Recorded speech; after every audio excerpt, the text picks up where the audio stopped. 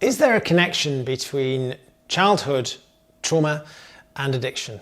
Yes, there is, and the evidence is there, and there is a correlation between addiction and ACE scores and adverse childhood events scores and addiction. There's also, of course, with ACE scores, a correlation to frank disease in later life.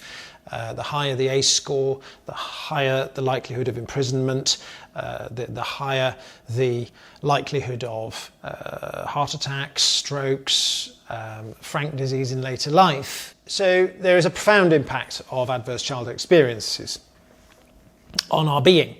Now, as a way of coping, I'm a big advocate that, if we look at some of the success rates of treating addiction with conventional strategies, the long-term effect is questionable, actually. There are many amazing people out there in recovery doing great work, but the failure rate for many is very high.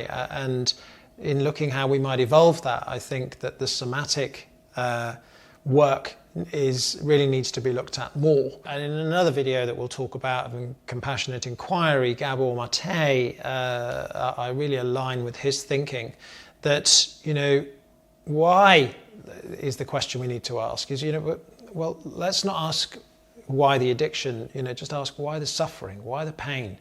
Why does anybody use a substance? I mean, there are a few exceptions, of course, where people may be put onto pain medication, etc., oxycodone, and I'm working with people who are coming off there and dealing with the addiction of being put on painkillers by the medical community.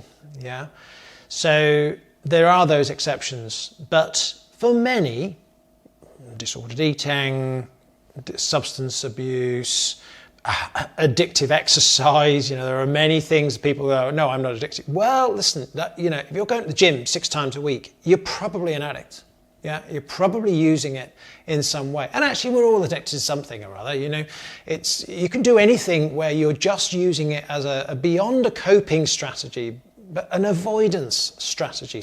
You go, what did the heroin do for you? Oh, well, it took away the pain, or it made me feel safe, or it made me feel disconnected from. Yeah, right. Yeah, okay, that makes so much sense, right? So you needed that. It's really important that you needed that. But I wonder if we can, but is it actually addressing it and resolving it? I wonder if we could actually find a way to be able to be in contact with that suffering in a way that meant you didn't have to bury it and avoid it, and to, it really is. The trauma work is not about actually avoiding these things. Trauma work is about bringing you back in contact. Yeah, and I know that sounds potentially terrifying to anybody listening that is, contemplating doing some work in this field. But, we must, I like analogies, and, if you can't just throw someone into the lake. You can't. The skill of a highly skilled trauma therapist is to understand how to help you go and learn to swim in the lake, when right now you're not even standing by the lake and you don't even want to tip your toe in the water. You want to run at 100 miles an hour in the opposite direction, and I get that.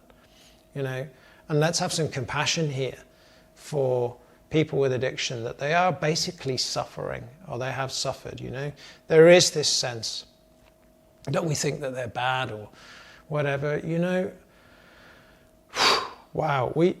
Let me tell you, you work with people who are struggling with addiction behaviors. The heartbreaking stories that you hear behind that, you would look at them differently. You already would. And I think a really compassionate approach to being able to look at why they have their suffering and to help people cope with their suffering. The manifestation in this individual just happens to be addiction. It might be your chronic Crohn's disease for another. It might be chronic anxiety for another. Frankly, there's no difference. And yet societally we put a huge label on addiction as being something which is, bad or disgusting or whatever.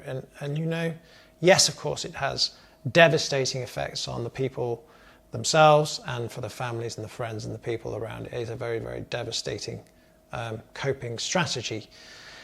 But, you know, there are plenty of diseases that, when unresolved, will take your life and then potentially have a devastating loss to families when you die of a heart attack quite young, but nobody thinks that that's connected.